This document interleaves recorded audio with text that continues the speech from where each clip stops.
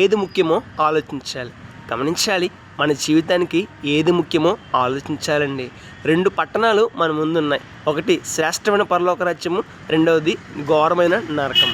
పరిశుద్ధంగా జీవించి, నీతిగా జీవించి, రోషముగా జీవించి, దేవుడు మెచ్చినట్లుగా, దేవుడు కోరుకున్నట్లుగా, దేవుడు ఆశించినట్లుగా పరిశుద్ధంగా జీవించి శ్రేష్టమైన పరలోక రాజ్యాన్ని పొందడం ముఖ్యమా, లేదా పాపమును చేస్తూ, చెడు కార్యాలు చేస్తూ, దేవుడు అసహించుకునేలా జీవిస్తూ, దేవుడు ద్వేషించేలా జీవిస్తూ, దేవుడు అసహించుకునే ఆ యొక్క చెడు కార్యాలను కలిగి జీవిస్తూ, పాపంతోనూ లోకంతోనూ కలిసిపోయి జీవిస్తూ చివరికి ఘోరమైన నరకాన్ని పొందడం ముఖ్యమా?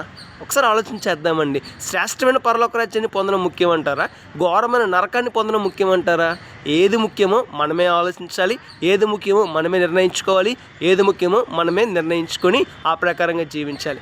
ఎవరైతే పరిశుద్ధంగా జీవిస్తారో, ఎవరైతే నీతిగా జీవిస్తారో, ఎవరైతే యథార్థంగా జీవిస్తారో, ఎవరైతే దేవుడు మెచ్చినట్లుగా జీవిస్తారో వారు శ్రేష్టమైన పరలోక రాజ్యంలో ఉంటారు. పరలోక రాజ్యంలో సంతోషం ఉంటుంది, సమాధానం ఉంటుంది, ఆనందం ఉంటుంది. నిత్యము దేవుని సన్నిధిలో మనం సమాధానంగా జీవిస్తాం. మన జీవితం ఎలా ఉన్నది? ఏది ముఖ్యమో ఎంచుకుందామా?